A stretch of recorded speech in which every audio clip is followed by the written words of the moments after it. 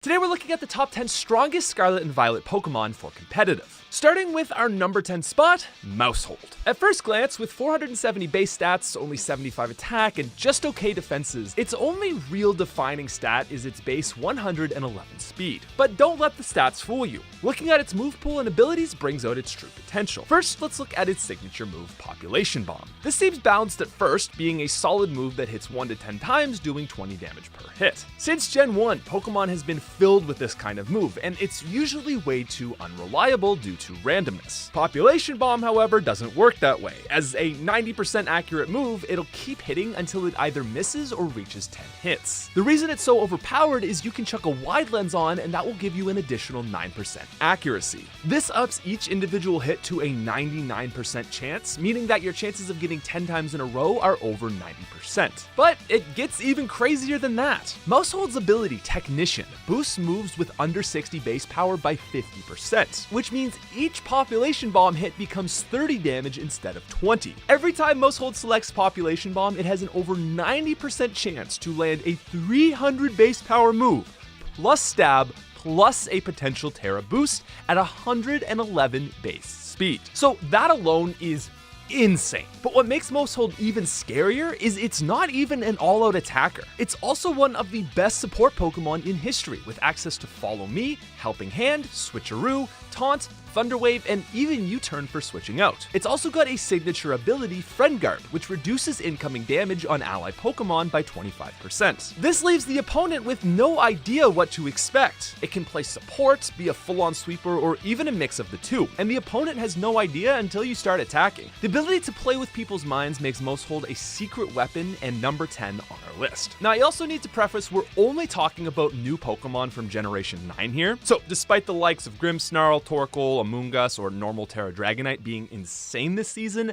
they will not be showing up. Also, since Paradox Pokemon and Legendaries are banned in Series 1, they won't make an appearance either. Lastly, it's also important to preface that you subscribe. Come on, have you ever seen a worse sub ratio? Now at number 9, we've got Meowscarada. Just looking at its base stats, it's clear that this is a great Pokemon. With 110 attack and 123 speed, it will outspeed pretty much anything it comes up against. Plus it hits ridiculously hard with its new signature move, Flower Trick. 70 base power move that never misses and always crits. Basically, it's a 105 base power move that ignores defense buffs. And going perfectly with that crack speed stat, it also gets U-Turn for switch outs, Play Rough for fairy coverage, and Stab Sucker Punch for the few Pokemon it doesn't outspeed. But of course, nothing is more notable than its hidden ability.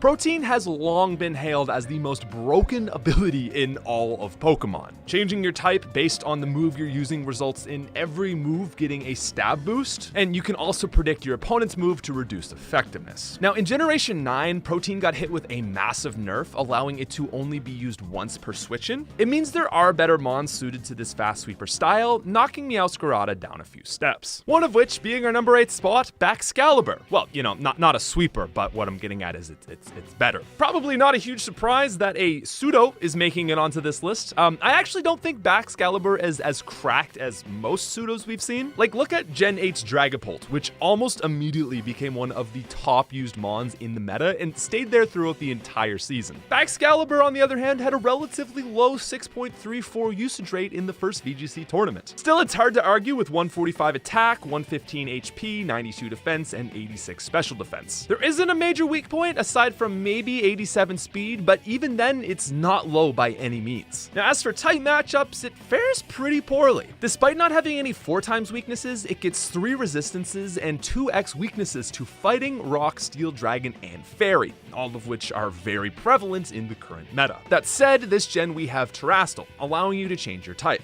Baxcalibur really benefits from an Electric Terra type, which is only weak to ground. Otherwise, you get Terra Boost on Thunderfang and Resist Goldangle's insane Make It Rain. Ability-wise, they both kinda suck. Thermal Exchange is probably better in most situations, but if you're up against an experienced player, they're not going to use a fire move against you. And regardless of that, fire is neutral, so they're still probably not going to use a fire move on you. The only exception is on a Hail team, where Ice Body could come in handy. Now, move-wise, Glaive Rush is insane. You get a stab 120 power dragon move with 100% accuracy and no recoil. And sure, its one drawback drawback of taking double damage next turn on all incoming moves seems to balance it out. That is until you realize it also has access to Protect, almost completely negating that drawback. Top that off with multiple great Ice Stab options, Earthquake, Iron Head, and Aqua Tail for coverage, and then an all-powerful Dragon Dance, and you've got a pretty hard-hitting tank. Now at number 7, we have arguably the most interesting new concept for a Pokemon in years. At least competitively speaking, that is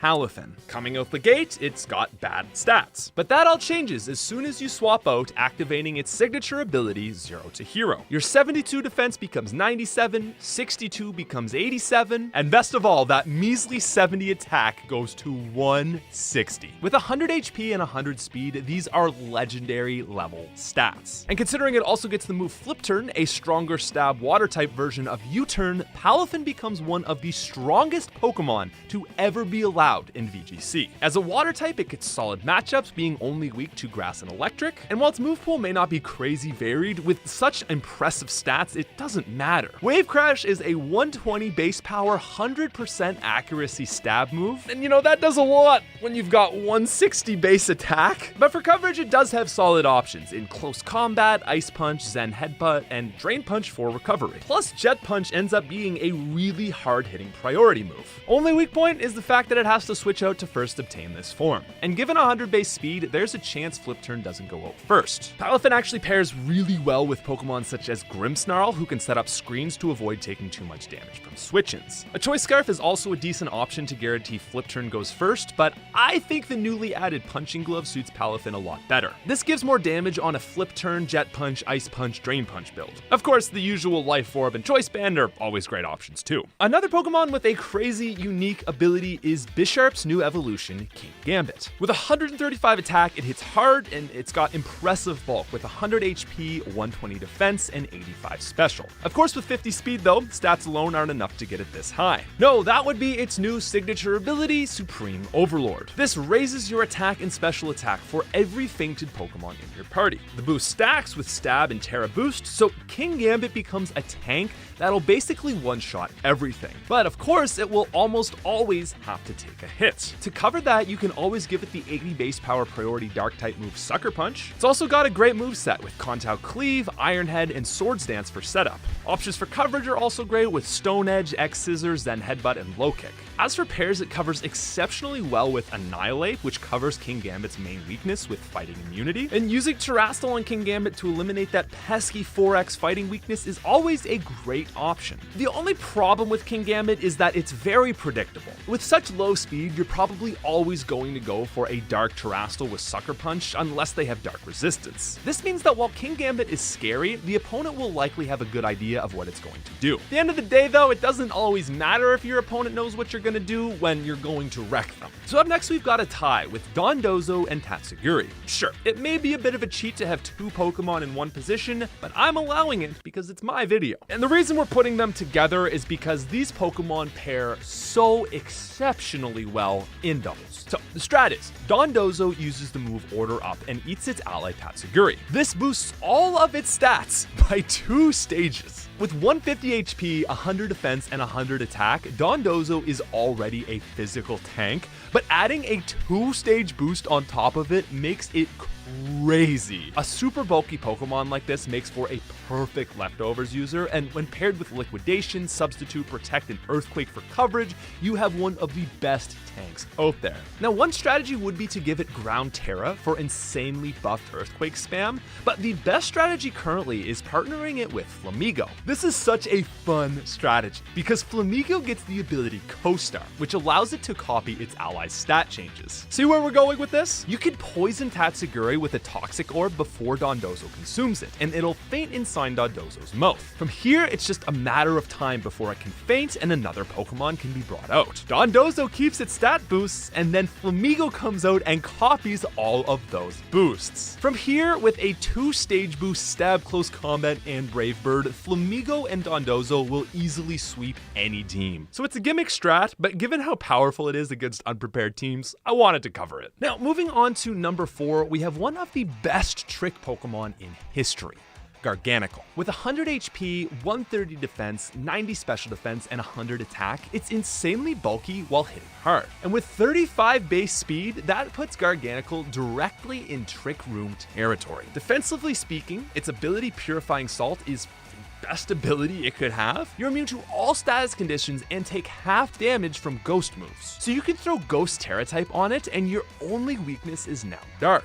And this Terra type goes further because it gets access to Curse as an egg move. Curse is really useful on bulky ghost Pokemon. From here, you can add Iron Defense, Recover, Wide Guard, Salt Cure, Stealth Rock, Earthquake, Body Press, Block, Substitute, Protect, Explosion, Fissure, Ice Punch, Thunder Punch, Fire Punch, or Zen Headbutt? What an absolute stacked moveset. There are so many possibilities, and do not forget Trick Room. In most conditions, leftovers are great, or maybe a Life Orb on a Trick Room sweeper, but in all, this is a great Pokemon because Trick Room is extremely common in the current meta. If you're not using one yourself, you should probably be prepared to defend against a Trick Room Garganical. Now, getting into the top 3, Armarouge is currently one of the most used Pokemon in this meta, and it's hard not to see why. Boasting an impressive 125 base attack with decent speed and defenses, it's definitely not to be underestimated. But the same could be said for Scarlet, so why choose Armarouge? Well, one of its key strengths is its ability to spam Expanding Force, and this gets a 1.5 times boost in Psychic Terrain. You can pair it with Indeedee Female as a Psychic Terrain setter and have that spam Follow Me. From here, Armarouge just goes to town, hitting both opponents every turn. Not only that, it gets tons of utility moves. You've got Wide Guard, Trick Room to counter Trick Room teams, and Protect from the likes of Gholdengo's Make It Rain. You can give it Choice Specs or Safety Goggles, and it will just crush either way. But not quite as much as our number 2 spot, Annihilate.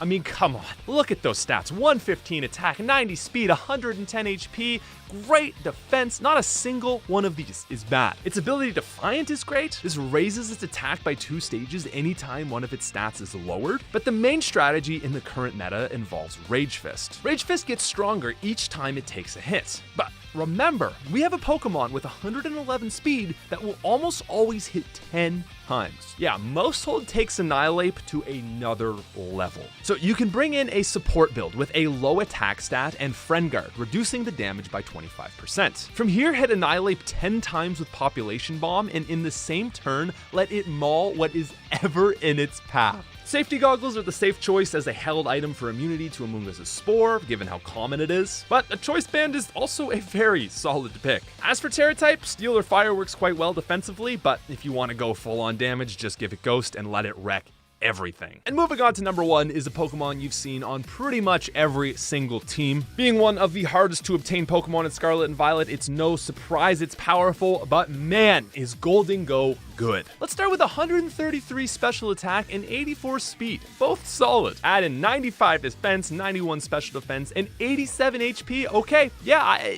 it's good. Next, add in its signature ability, Good as Gold, which gives immunity to all status moves, built-in protection from Spore, Will-O-Wisp, etc. Now add in the absolutely broken move, Make It Rain, a 120 base power move with stab and 100% accuracy that hits both opponents. But hey, if you want to throw some other moves in, just in case, you have Shadow Ball, Power Gem, Protect, Psychic, Dazzling Gleam, Thunderbolt, and even Nasty Plot if you go for a Life Orb build. But what makes it the best is when it's combined with Murkrow, of all Pokemon. As the only Prankster Tailwind setter in this gen, Murkrow has flown up in the ranks. So Tailwind turn 1 makes Gholdengo almost guaranteed to move first. Make It Rain lowers the user's special attack by 1 stage each time, and it just so happens our Prankster Tailwind setter knows Haze. From here, you can just constantly reset the special attack drop and wreck everything. It's gimmicky, easy to use, and very hard to counter. And for all those reasons, Gholdengo is our number 1 spot. Anyway, thank you guys very much for watching. Please subscribe because I like to see the number go up, and I'll see you later.